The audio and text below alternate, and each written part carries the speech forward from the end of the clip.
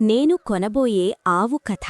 పేరొందిన హాస్య కళామూర్తి గోపాల్ బాండ్ బెంగాల్ రాష్ట్రంలో నివసిస్తున్న రోజుల్లో ఆయన ఇంటి ప్రక్కనే పేద దంపతులిద్దరూ నివసించేవాళ్లు. ఆ భార్యాభర్తలిద్దరికీ పాపం పగటి కలలు కనే అలవాటు ఉండేది. ఒకరోజున గోపాల్ బాండ్ వింటుండగా వాళ్ళిద్దరూ ఒకళ్లను మించి మరొకళ్ళు కోతలు కోస్తూ పగటి కలలు కనటం మొదలుపెట్టారు. భర్త అన్నాడు, నాకు కొంచెం డబ్బు సమకూరిందంటే నేనొక ఆవును కొంటాను అని.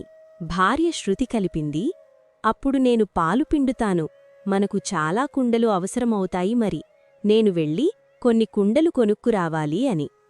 మర్నాడు నిజంగానే భార్య సంతకు వెళ్ళి కుండలు కొనుక్కొచ్చింది. భర్త ఆమెనడిగాడు, ఏం కొనుక్కొచ్చావు అని. ఏముంది, కుండలు, ఒకటి పాలకు, ఒకటి మజ్జిగకు, ఒకటి వెన్నకు, ఒకటి నెయ్యికి అన్నది భార్య. బాగుంది బాగుంది, మరింకా ఆ 5వ కుండ దేనికి అడిగాడు భర్త. మిగులు పాలు కొన్నింటిని మా చెల్లెలికి ఇవ్వటం కోసం ఈ 5వ కుండ అన్నది భార్య.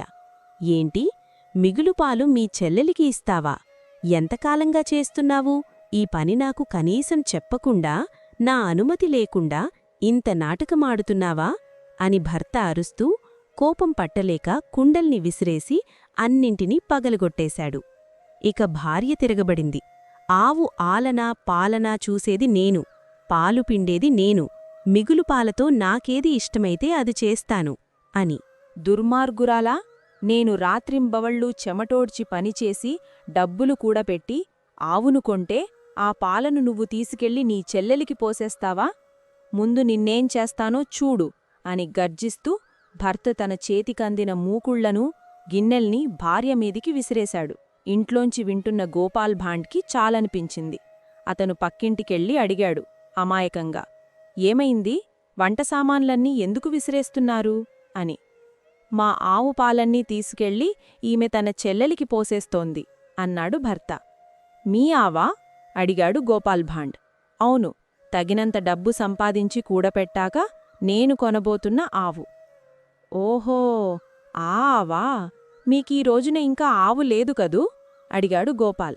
భర్త అన్నాడు, చూస్తూ ఉండు, ఎప్పట్నుండో అనుకుంటున్నాను, నేనొకదాన్ని తెస్తున్నాను త్వరలో అని. ఓహో, ఇప్పుడర్థమైంది నా కూరగాయలతోట ఎప్పుడూ నాశనం ఎందుకవుతున్నదో అని గోపాల్ అకస్మాత్తుగా ఓ చింతబరికె చేతపుచ్చుకుని అతని మీదికి ఉరికాడు. ఆగు ఆగు, నన్నెందుకు కొడుతున్నావు అని అడుగుతూనే తప్పించుకునేందుకు గంతులు వేయటం మొదలుపెట్టాడు పక్కింటాయన.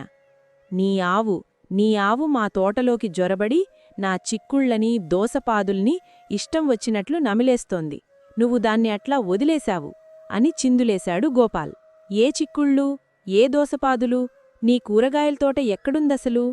నేను నాటబోయే చిక్కుళ్ళు, నేను పెట్టబోయే దోసపాదులు, నేను పెంచబోయే కూరగాయలతోట. నేను ఎంతో కాలంగా దాని గురించి ఆలోచిస్తుంటే మీ ఆవు ఎప్పటికప్పుడు నాశనం చేస్తోంది దాన్ని అన్నాడు గోపాల్ ఊపిరి బిగబట్టి. పొరిగింటివాళ్లకు ఒక్కసారిగా కళ్ళు తెరుచుకున్నాయి. కలలన్నీ విరిగి ఆకాశం నుండి నేలకు దిగి వచ్చారు. ఆ పైన కొద్దిసేపటికి అందరూ కలిసి నవ్వుకున్నారు. మీకు ఇలాంటి కథలు కావాలంటే లైక్ చేయండి, షేర్ చేయండి, కామెంట్ చేయండి. నా ఛానల్ సబ్స్క్రైబ్ చేసుకోండి.